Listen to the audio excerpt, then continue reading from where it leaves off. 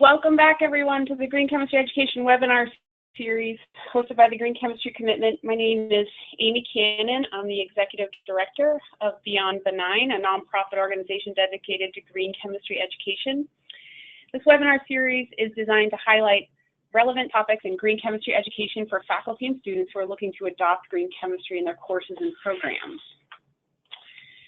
As a reminder, we're broadcasting live and recording this session, so all attendees are in listen-only mode and all lines are muted. So if you have a question, just type it right there into your chat box on your control panel, and you can type it in at any time during the webinar, and we'll respond to as many questions as we can after the presentation. The recording will be posted on the link that you see right there on our website, and you can find our webinar archive there as well. And any supporting documents, such as the PowerPoint slides, are also posted there as well. For those of you who like to participate in social media, please connect with us on Twitter or Facebook. So we'd love to hear some live tweeting going on during the webinar. So join in if you like. And thank you for joining us and taking part in this discussion. This webinar is being brought to you as part of the Green Chemistry Commitment Program, which is a consortium program aimed at transforming chemistry education, expanding the community of green chemistry practitioners, growing departmental resources, improving connection to industry, and affecting systemic change in chemistry education. The program is a voluntary, flexible program for adopting green chemistry student learning objectives and for promoting the work that you're currently doing at your institution that can serve as models for others to get involved with green chemistry. For more information on that, feel free to go to our website or email us directly. As part of the webinar series, we also give away a green chemistry book at the conclusion of each webinar. So we'll be announcing the randomly selected winner from our list of attendees, and we'll notify you immediately after the webinar and get that along to you in the mail. So with that, I would like to introduce our speaker. We're very happy to have Dr. Joel Ticknor join us for a discussion today about the role of chemicals policy in advancing safer chemistry. So I'll introduce him briefly, and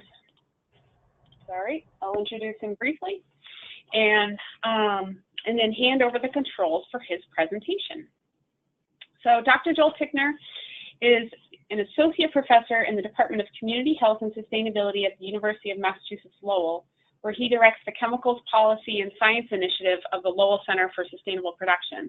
He also directs the Green Chemistry and Commerce Council, a network of more than 90 companies and other organizations dedicated to accelerating the adoption of green chemistry across supply chains and sectors.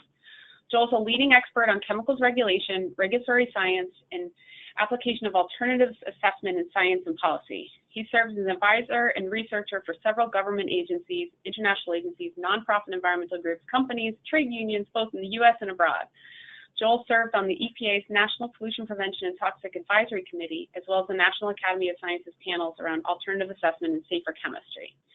He also directs the undergraduate environmental health program at the University of Massachusetts Lowell. So we're happy to have Joel join us, and I'm going to hand over the controls to Joel. Great. Thank you so much, Amy, and thank you everyone for being on the webinar today. So I'm going to start off with a set of questions here.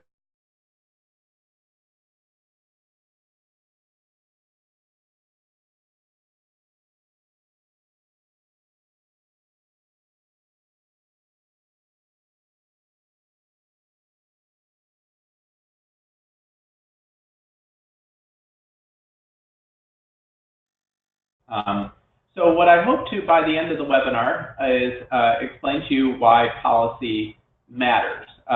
We're going to start off, and Amy, you dropped the show screen.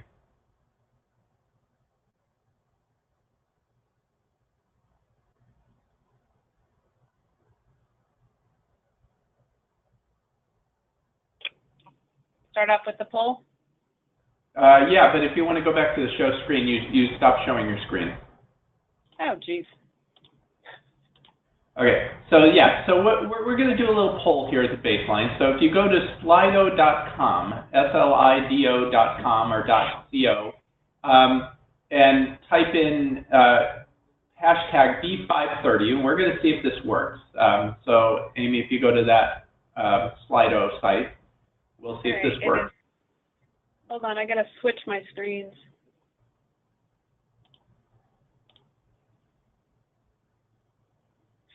Okay, so click on that first question, and then it should come up right there. So, what level of knowledge do you have about public policy and its relationship to chemistry?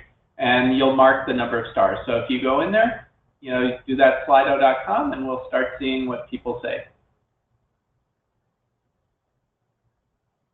So we have some who will give you just a minute more to put in your answers. So again, go to slido.com and type in that number, the hashtag B.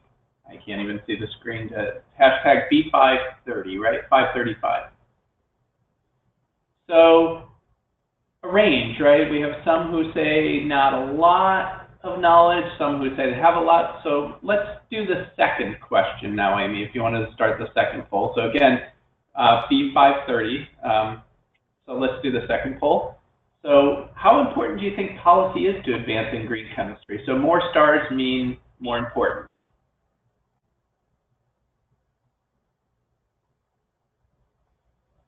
So a range, so something that's really important, something moderately important, so more or less. And no one says policy doesn't matter. So that's important, that policy does matter. So why don't we go back to the slides, and I'll take back over control here. So let's see here.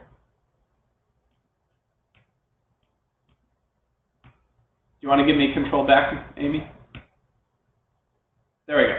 So key takeaways, and we'll come back to another question at the end. First of all, policy is critical to chemistry, and it plays an important role in chemistry, and particularly in green chemistry, in shaping chemicals and materials choices, and shaping research, development, and adoption of green chemistry, and providing incentives and disincentives in establishing and maintaining programs. So many of the programs that fund your research are a result of policy.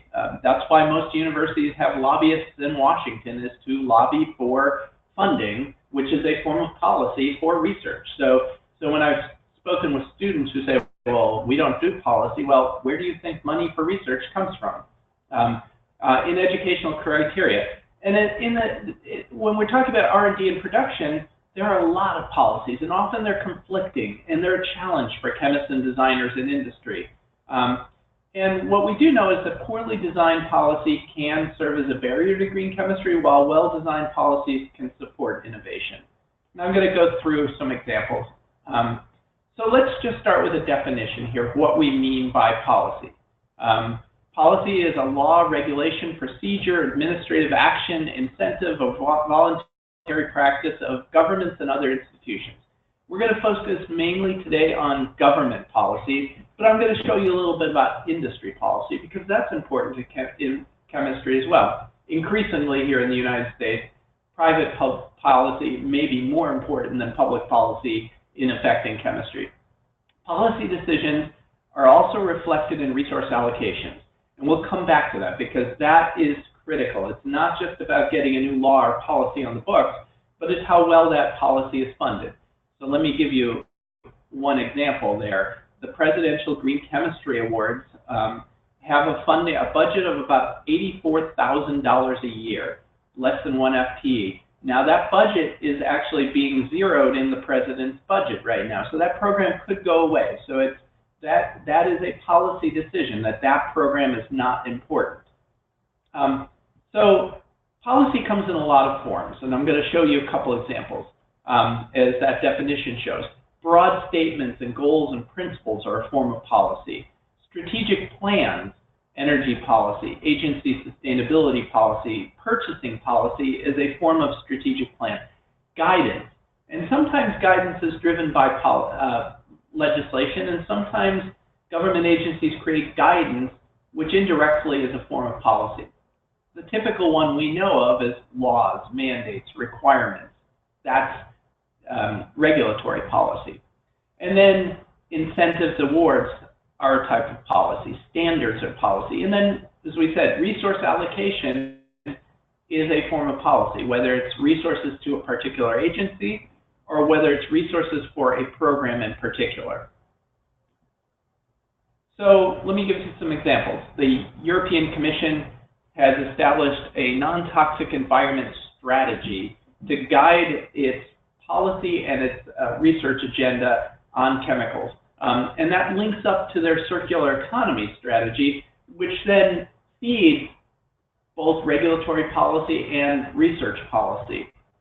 This is work that the European Commission has been doing. So the Europeans take these 5-year plans where they're driven by overarching policy, which then drive specific implementation policies, either in R&D or regulation. Government or industry has strong policy. So Walmart has a policy on sustainable chemistry. Home Depot just issued their policy on safer chemicals last week, or chemicals management. So did Costco. Target has a policy. So a number of retailers have policies, a number of brands have policies, and those drive decisions among the companies that provide them, sell them products. The state of California has developed guidance for alternatives analysis that implements their safer consumer products regulation. So there's an overarching regulation, and then this guidance helps companies to comply with the requirements under the law. There are standards or recognition programs like the EPA Safer Choice Program or the USDA Certified Bio-Based Product certification. So those are policies that then drive market decisions and recognize actors that meet specific requirements. And then there are other types of standards which come out of standardization bodies like the NSF GCI, ACS GCI 365 Greener Chemicals and Processes Information Standard. So those are standards where, like the LEED standard, which are not regulatory in nature, but they could be in a purchasing. So the LEED standard, often state purchasing agencies would say it has to be LEED Gold certified for us to purchase it. Well, indirectly that's a policy, but then it relies on a standard which may or may not be specifically a policy of a government agency. So again, broad types of categories of policy. There's private policy, which is industrial or standards like for education, versus public policy. There's legislative versus executive, right? We talk about laws, but the executive branch also creates policy. As we know, when candidate Trump was running for office, he critiqued the Obama administration for legislating through executive directive, which is something he's also done in his administration because the wheels of Congress go very slow. Executive branches want to move an idea sooner, so they move through executive policy. Carrots versus sticks, incentives versus disincentives. And then regulatory, which is policy that requires an actor to do something versus what you might call distributive policy, which is incentivizing policy. It creates incentives in the marketplace. And then discretionary policies are those ones that are big umbrella policies like the non-toxic environment policy of the European Commission. So chemists are familiar with policy. They often have to respond to policies. They respond to design standards, which are in essence market-based policies. They may be required by law, like the California Flame Retardancy Standards or CPSC standards, or they may be required in the marketplace to be able to sell a product. So flammability standards, safety standards, performance standards, in the mill specs are required. Those are policy standards. So designers are very familiar with these. They have to design around them. And designers are often very familiar with single chemical restriction type standards like the ROSE directive from Europe, which says you can't use lead in electronic and electrical products. chemists are often familiar with educational or accreditation standards, especially if you're in an academic program and you're trying to get it accredited. Those are policies. And then lastly, health, safety, and environment policies. Many chemists are familiar with, but may not be that familiar with them. But we might think of those health, safety, environment policies almost like design standards. They impact design and manufacturing choices. So just very quickly, the types of policies we see from the private sector, industry, academic, and accrediting institutions. We see corporate goals and metrics, requirements for the use of particular standards, tools, or certifications. Retailers often use those. Disclosure requirements. Many companies now, because of government policies, are issuing their own disclosure policies so that their suppliers will make sure they have information on chemical ingredients and chemical toxicity. Most companies have restricted substances lists. Those are driven often by government policy, but they may be driven by an NGO like the Swedish International Chemicals Secretariat, which has what is called the SIN list, the Substituted Now list. Many companies have chemical testing programs, or they have incentives they give to their customers, like preferable purchasing. And then there's obviously educational or curriculum standards that many of you are familiar with. So we're going to focus now for a little bit on government standards or government policy. And we might think about government policy at a wide number of levels. There's the international level. There are international conventions like the Stockholm Convention on Persistent Organic Pollutants, or the Montreal Protocol, which phased out chlorofluorocarbons. There are national or regional policies like NAFTA, the North American Free Trade Agreement, which has environmental and health and safety requirements built in, or the Great Lakes Water Quality Agreement, which is an agreement between the U.S. and Canada on the protection of Great Lakes water quality.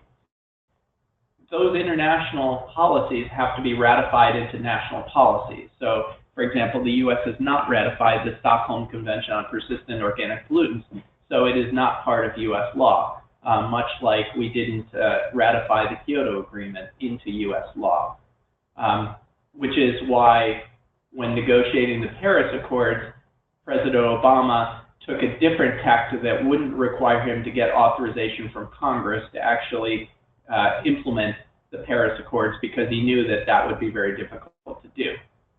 There are national policies or regional policies. For example, the European Union is a regional unit and develops regional policies, which are then implemented at the national level in addition to national policies.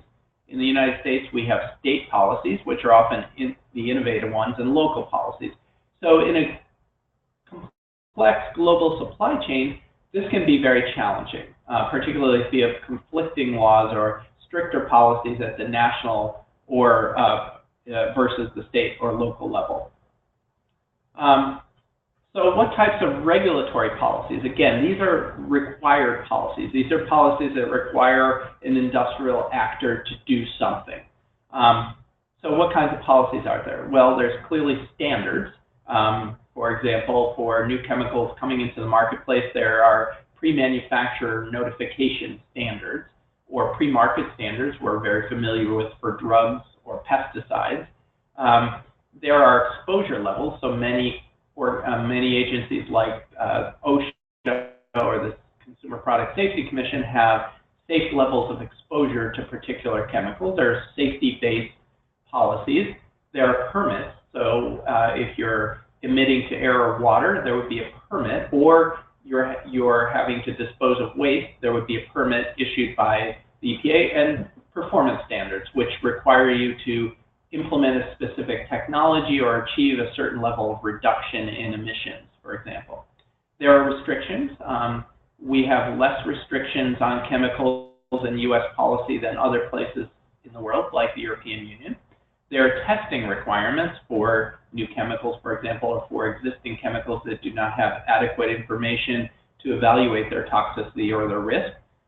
There are assessment requirements. For example, in California, under the Safer Consumer Products regulations, a chemical product combination that is of concern is subject to alternatives assessment requirements. And then there are information disclosure type requirements, whether they be on toxicity, ingredient information, or whatnot. So this is very complex. And this is the challenge of U.S. regulation, is that it is a complex set of laws that regulate toxic chemical manufacture, use in products, and disposal. And for a chemist, this might even be more perplexing because aren't they just chemicals? So at the local level, a local hazardous waste manager just sees chemicals. Doesn't matter whether they're in pesticide or a drug or a cosmetic product or an industrial product. At the end of the day, that hazardous waste manager is managing chemical hazards, or they're coming out of the pipe at the hazardous waste or the wastewater treatment plant.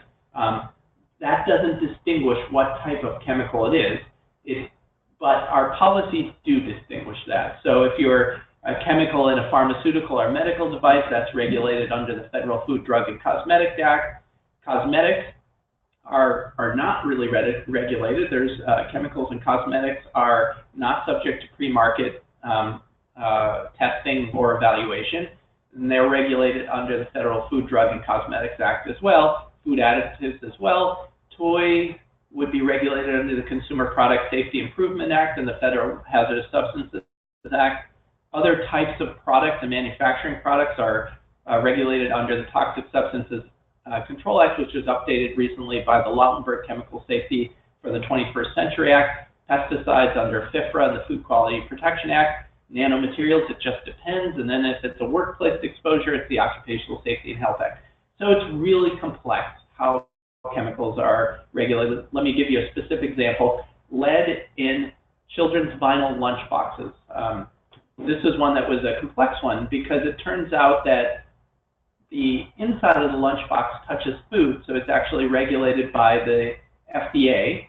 The outside of the lunchbox, which has cute little cartoon characters, is seen as a toy, so that's actually regulated by the CPSC, which makes our system of managing chemical risk very complex and very disjointed at times and problematic.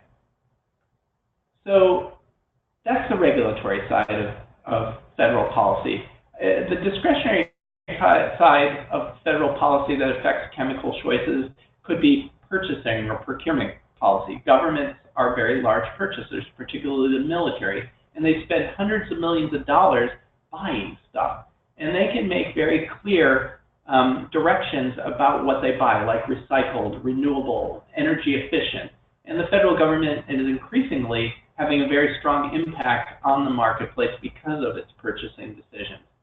Support recognition programs like the Safer Choice program provide an incentive in the marketplace to drive safer chemistry. Economic policies like technical support or tax incentives or subsidies, guidance, loans and grants programs, R&D or research support programs, innovation programs. And again, we're going to come back to that budget problem because those are all affected by budgetary and resource allocation. So it turns out government agencies tend to be evaluated by how well they implement the requirements set upon them.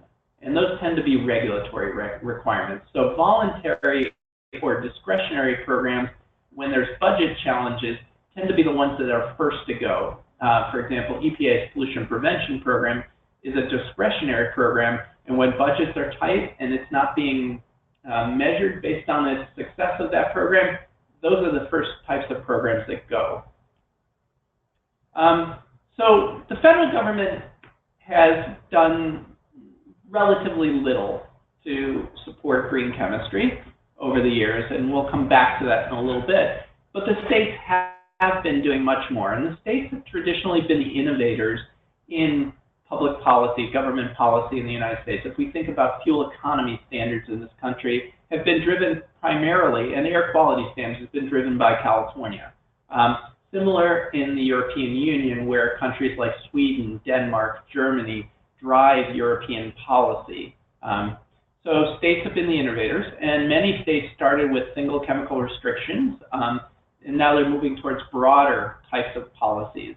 We've seen a number of states take the lead on these policies: Maine, Michigan, California, Washington, Massachusetts. As we've seen over the last 10 or so years, over 1,000 policies proposed or implemented at the state level.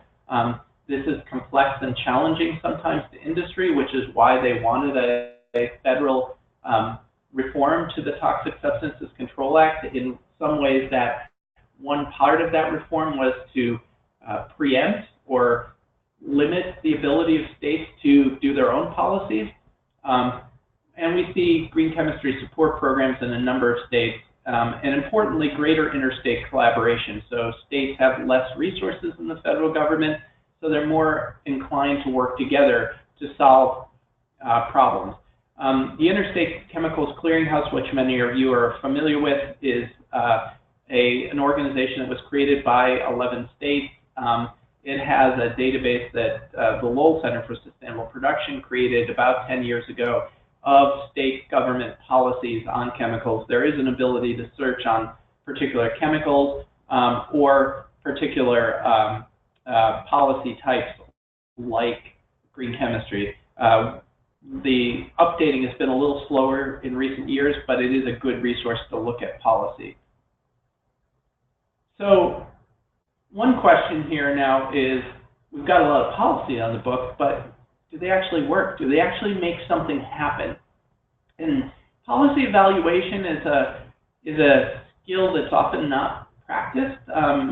Most government agencies are focused on implementation and their day-to-day requirements with lesser budgets. So if we take a state Department of Environmental Protection in some states, like in Massachusetts, the budgets of those agencies have been shrunk significantly, up to 40%. So actually evaluating whether policies work is not a high priority because they don't have time to do it.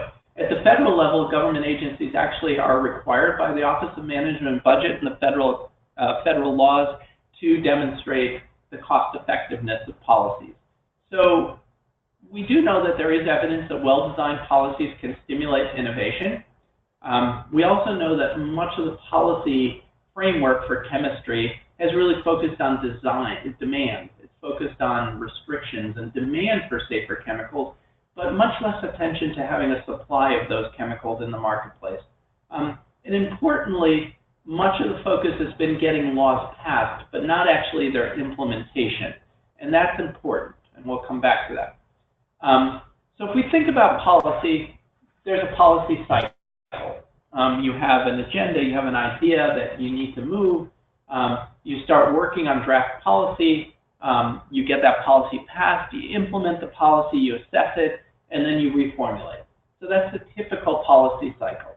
And it seems very simple, right? You know, design policy, implement, it's a typical program planning cycle, but it's a little bit more complex than that because we have 3 branches of government. And those 3 branches of government are very important in thinking about policy, particularly nowadays. Congress issues legislation, right? They have oversight. They do budgets. The executive branch can do laws. They can do executive orders or executive mandates. They can do guidance. They can do proposals and rhetoric. And those are often reviewed by the courts. So the courts often do policy too because they interpret the laws and the regulations that agencies do. So there's a whole set of actors here that make policy much more complex than simple pass a law, implement it, and everything's done. We actually did an article a few years ago when the debates about the new TSCA were being had, because what we realized was much of the discussion didn't look at the history of TSCA and its implementation. So Jessica Schifano, Ken Geiser, and myself sort of pulled it together and started thinking about, well, how does this work in practice? You know, great, you get a law passed, but how is that implementation of that law affected? Well, the political context is important, right? We think about the current TSCA reform, right? It was passed during it was bipartisan, passed during a democratic administration that wanted to implement it fully. Well, we have a very different administration now that will look at this very differently. So the political context matters. The political context then affects the regulations that are written under this law. They affect also which is the procedural framework, which is the implementation of the actual regulations or the design of the regulations to implement that law, but also the resource allocations, the enforcement, all of that is part of the procedural framework, as well as how the courts evaluate it. And then obviously Congress gives resources. So Congress can say, you can't actually do this, which means those resources go away to actually implement that. So there's a lot here that makes this complicated. And you can see this now in the front page of the New York Times last Sunday or a week ago Sunday. Why has EPA shifted on toxic chemicals? An industry insider helps call the shot. So this complicates, right? So designing good policy has to take into account the implementation phase. And are you actually going to be implemented given changing political waves, given changing administrations, given the way it's interpreted in the courts? That's all part of the complexity of policy. So let's think about policy for green chemistry and how you think about policy for green chemistry. So one of my PhD advisors, Nick Ashford at MIT, who's a PhD chemist and a lawyer, has written a lot about innovation and what drives innovation. And he, similar to Michael Porter at the Harvard Business School, talks about core elements of innovation, willingness to innovate, and that's driven by restrictions. It might be driven by the marketplace, right? If Walmart's saying you have to do it, you will probably do it because there's no choice other than to do it. So that willingness is driven often by a firm being a leader firm, but it might be driven by regulation or policy. Capacity is critical, particularly if you're a small company that may not have resources to do toxicity evaluation or do design. So capacity matters, technical assistance, and then opportunity. Are there the opportunities to actually innovate? And those are related to incentives, grants, having the money, having the education to be able to innovate in the first place. I'm going to give you a couple examples here of policies that try to take that in. So I'm going to give the example of our state of Massachusetts. We have a law in Massachusetts called the Toxic Use Reduction Act. And the Toxic Use Reduction Act was passed in 1989. It's a law that requires manufacturing firms in Massachusetts to every year characterize and report on their chemical use. So there's a way to measure implementation, which is really critical to developing policy. Something we haven't done for green chemistry. What are the metrics to determine whether green chemistry is actually thriving? How do we know if green chemistry is moving forward? There's a requirement every 2 years for those manufacturing firms to conduct planning and evaluate alternatives to the chemicals of concern they're using, the hazardous substances they're using. They're required to sign off.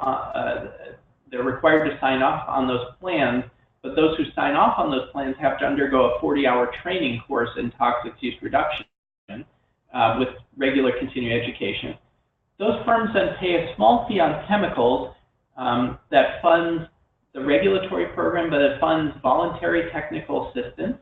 It funds research, education support, demonstration, and partnerships. So it funds that support network to help companies actually innovate and adopt safer chemicals and do research. So it takes that whole picture of both the regulatory side, the requirements, combined with the incentives to actually implement and move forward. So let me give you some examples of green chemistry policies. I'm going to stay at the federal level. As we know, for example, Michigan has its green chemistry policy that was implemented about a decade ago and set up the Michigan Green Chemistry Program.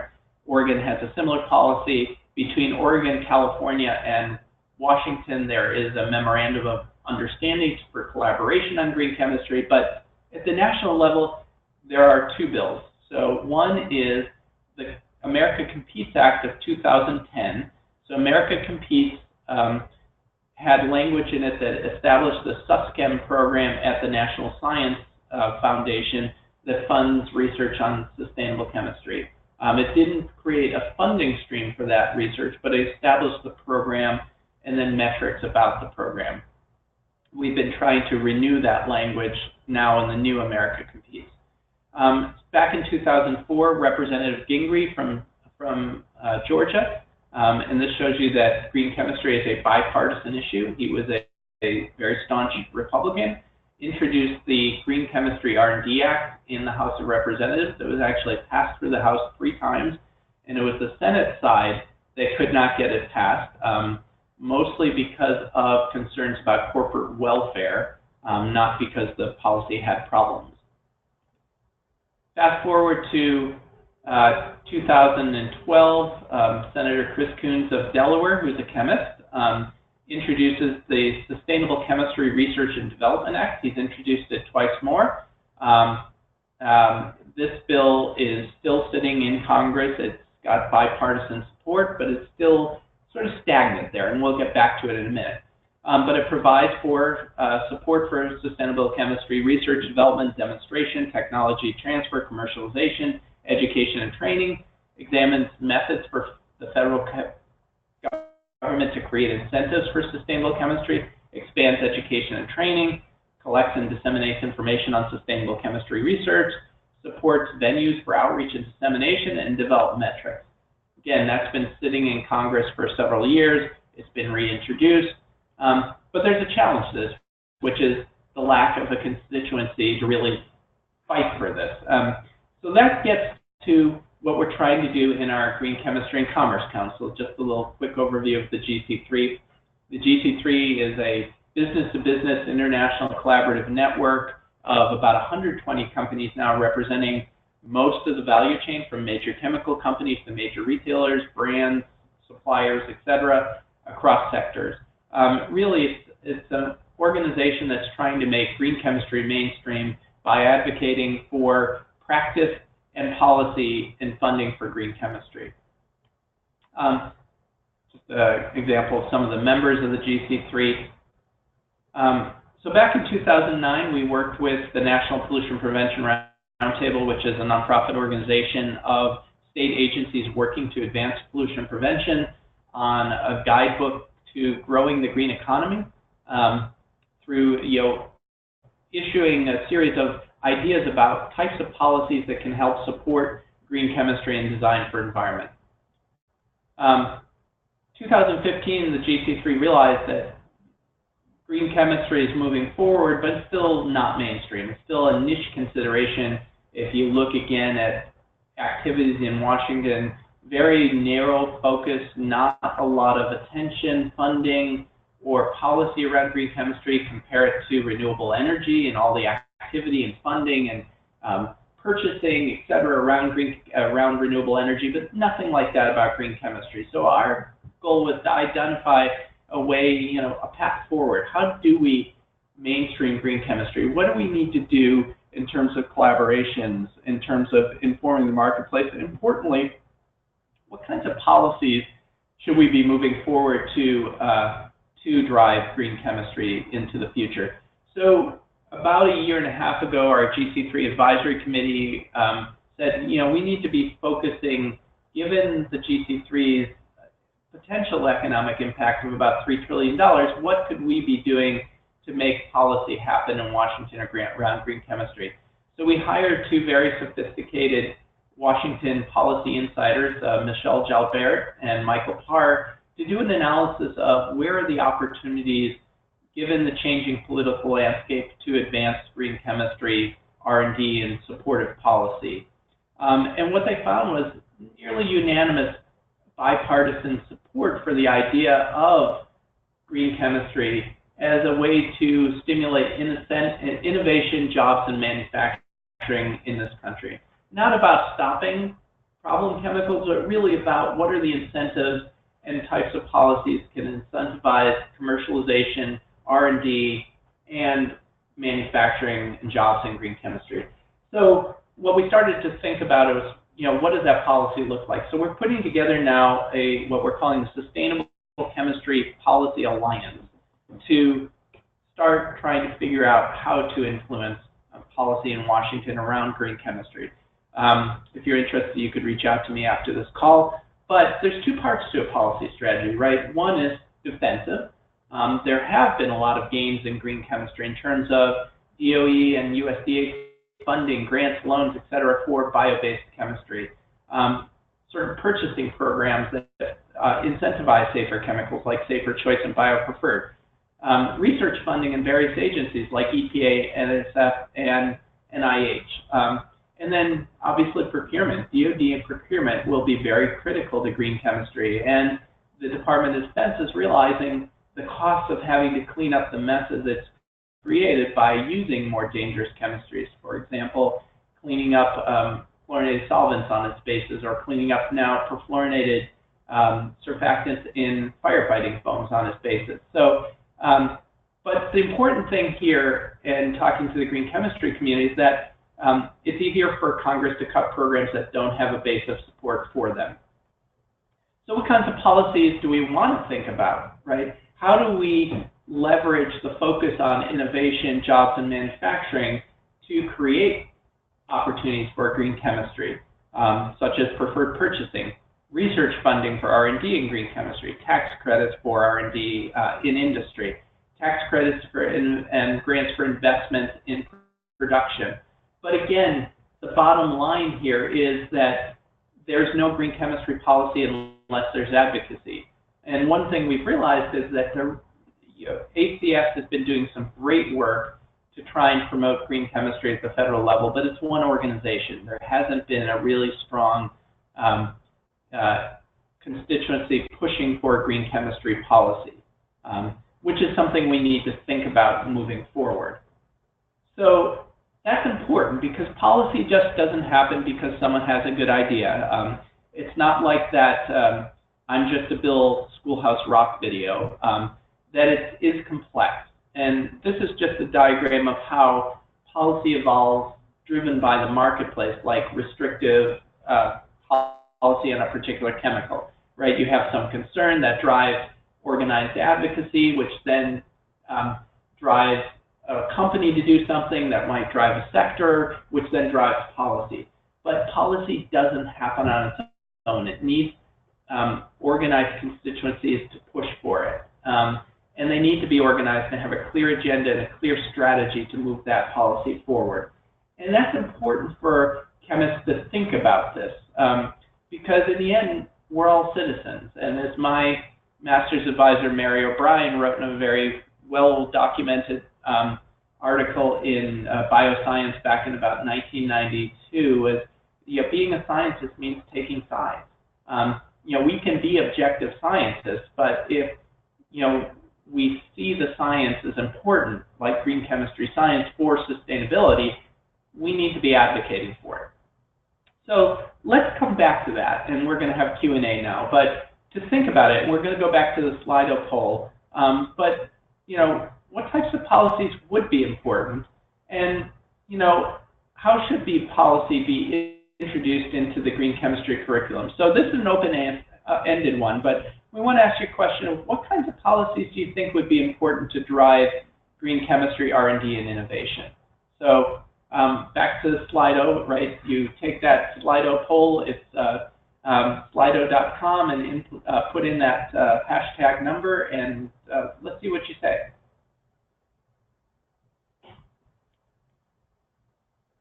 And the hashtag number again was? B5, hashtag B530. Got it. Okay.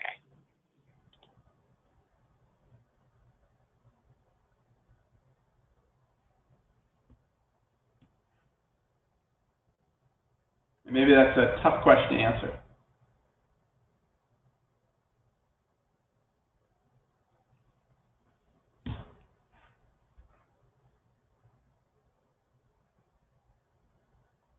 We'll give you 1 minute to do that. Or you can show the results, Amy. Just click on show results there. There's no results.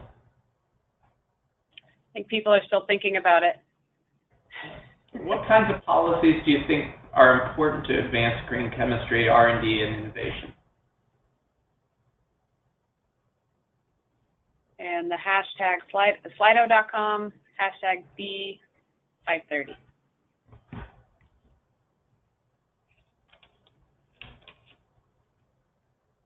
There we go. Can you see them, Joel, on your screen? Or I should see them. Yep.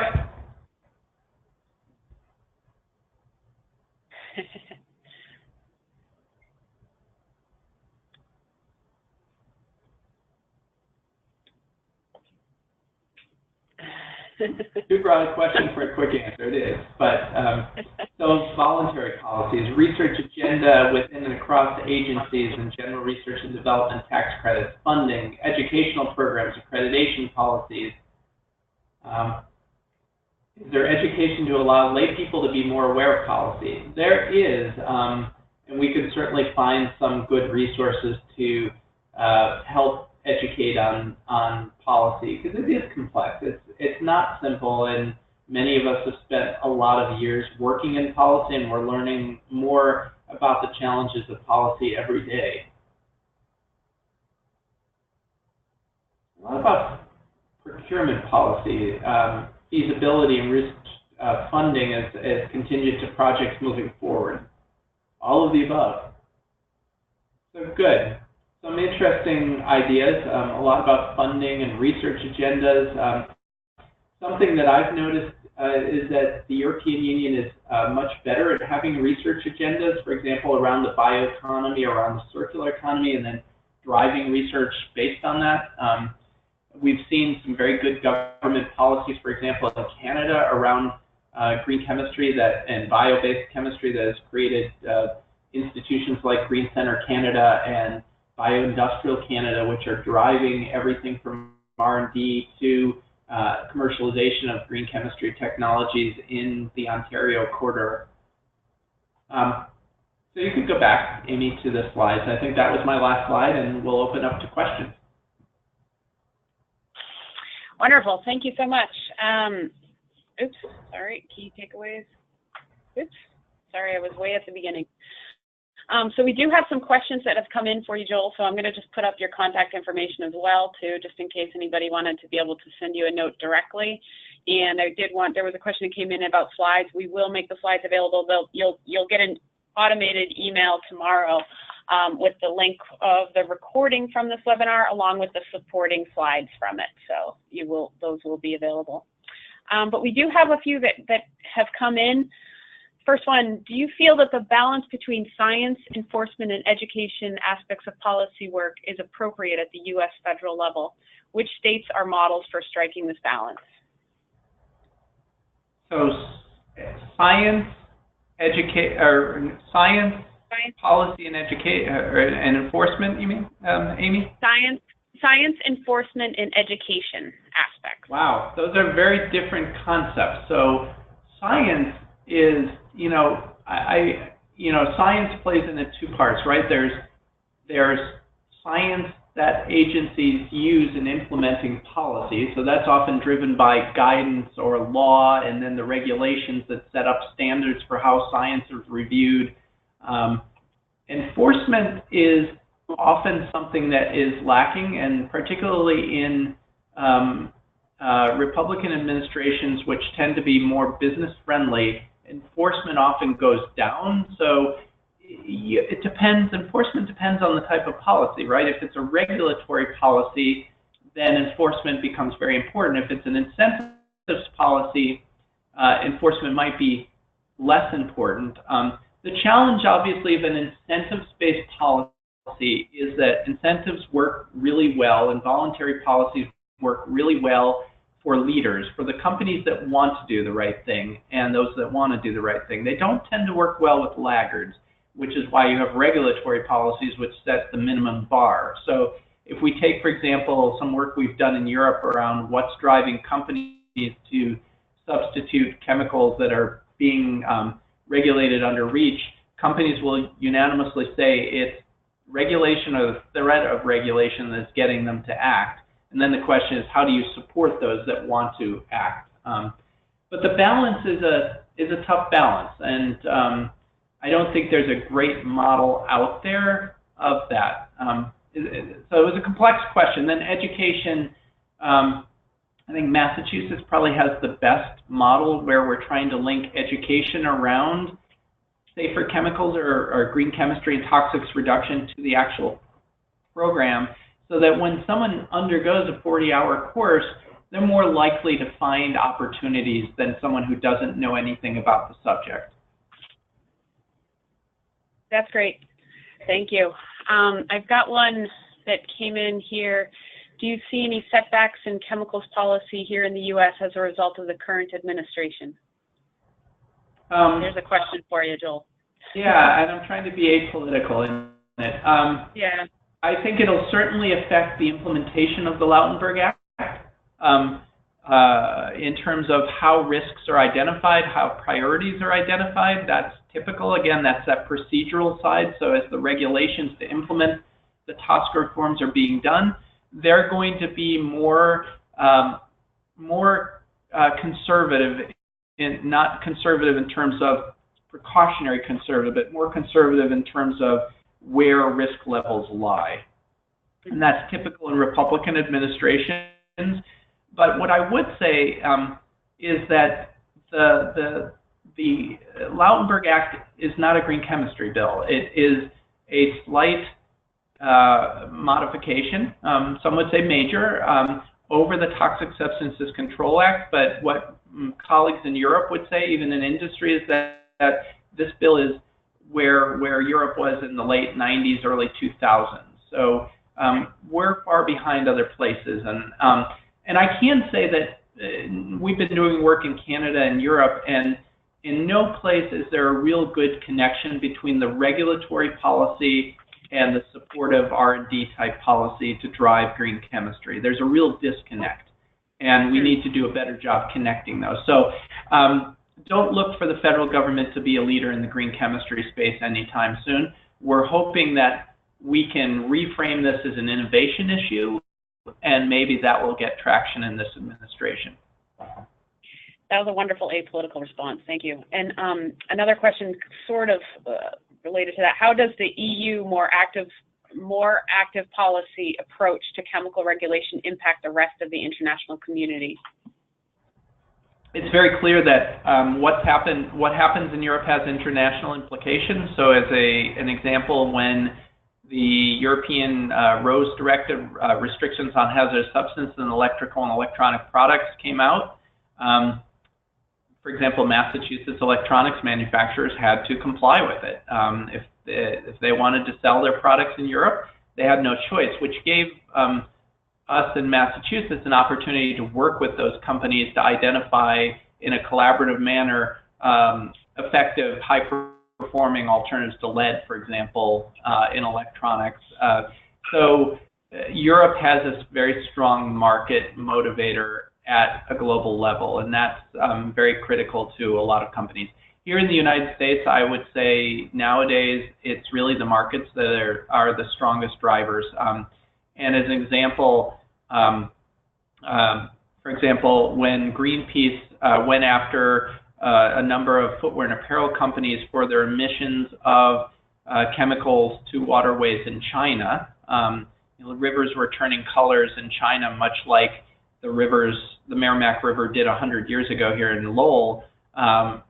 Those companies are very conscious about their image, and they realized that they needed to do something, so they joined forces and formed an organization called the Zero Discharge Hazardous Chemicals Alliance, which is an alliance of about 20 footwear and apparel manufacturers and other suppliers working together to eliminate problem chemicals from their supply chains, but also identify greener, safer alternatives. So the marketplace is very powerful to driving green chemistry. That's great. Another question for you. What impact does the global insurance industry have on green chemistry and toxic substance control mandate to help mitigate risks? Couldn't they be the main driver?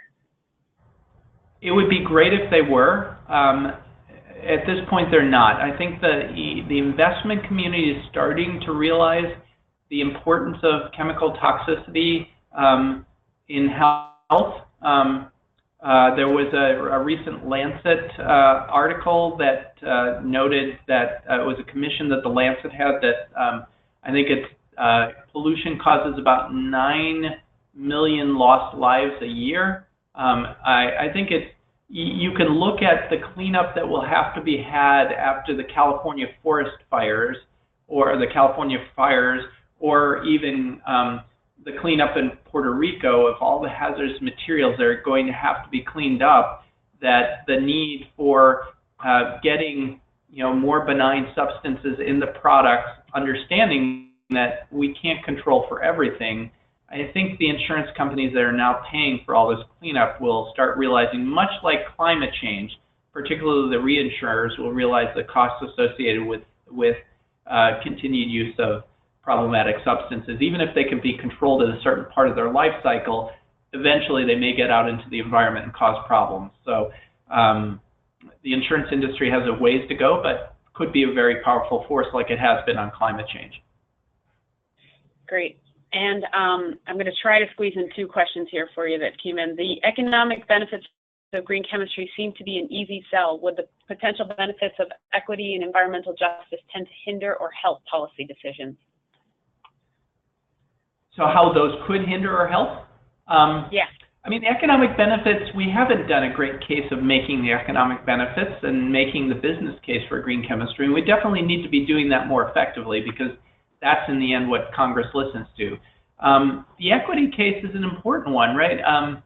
I wish politicians cared as much about the equity case, but I think it's an important one to be making to certain types of the policy arena. I don't know whether the equity case is one you would make to a staunch conservative, but it is the one that you would make to certain social progressives. But and it is an important one to make to organize the business community, for example. Certainly, equity was what drove a lot of companies around sweatshop labor, for example, and labor rights. So I don't think it's a hindrance. I think it's an important case for us to be making. And the case you make depends on who you're making that case to. So that case probably is not one I would make to a conservative in Congress, the equity case. I'd make the business case and the economic case and the jobs case.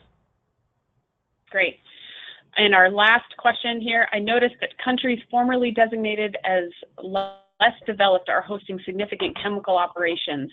Are there policies preventing a race to the bottom on this regard? They're not yet. So I think, though, it's time for, we've seen some evolution in certain countries, and we're trying to understand, for example, what's happening in China. They have several government policies that we're trying to understand the implications of those.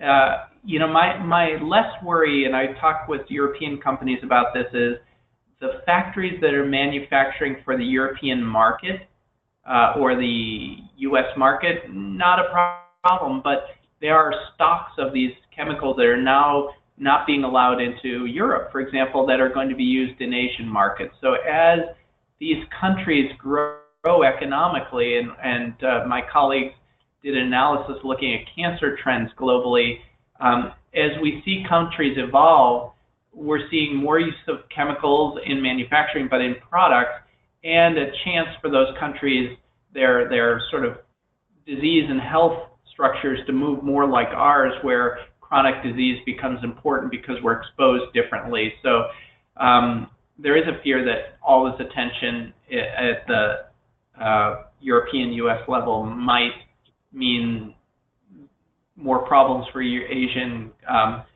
countries. At the same time, there is a lot of work at the United Nations level through what's called the Strategic Approach to International Chemicals Management, which is the global effort at the United Nations level to drive sustainable chemicals. And there's a lot of interest there in helping to support the idea of green chemistry industry in developing countries. And the German government just put about $20 million into a new initiative called the International Sustainable Chemistry Collaborative Center, and much of that is the German government putting efforts into developing countries to help develop their infrastructure for safer chemicals management and increase their activity in green chemistry. Okay, wonderful. All right, well, thank you so much. I know we've just gone past the hour, but our winner of the green chemistry book is Paul House. You'll be seeing an email from us. And a huge thank you to Joel. There's a lot to think about, a lot of information here, and I think it's very valuable for us chemists to hear all about this. So thank you so much. This has been great. And thanks to everyone for tuning in, and we'll see you next time. Please remember to join our next webinar series. Thank you.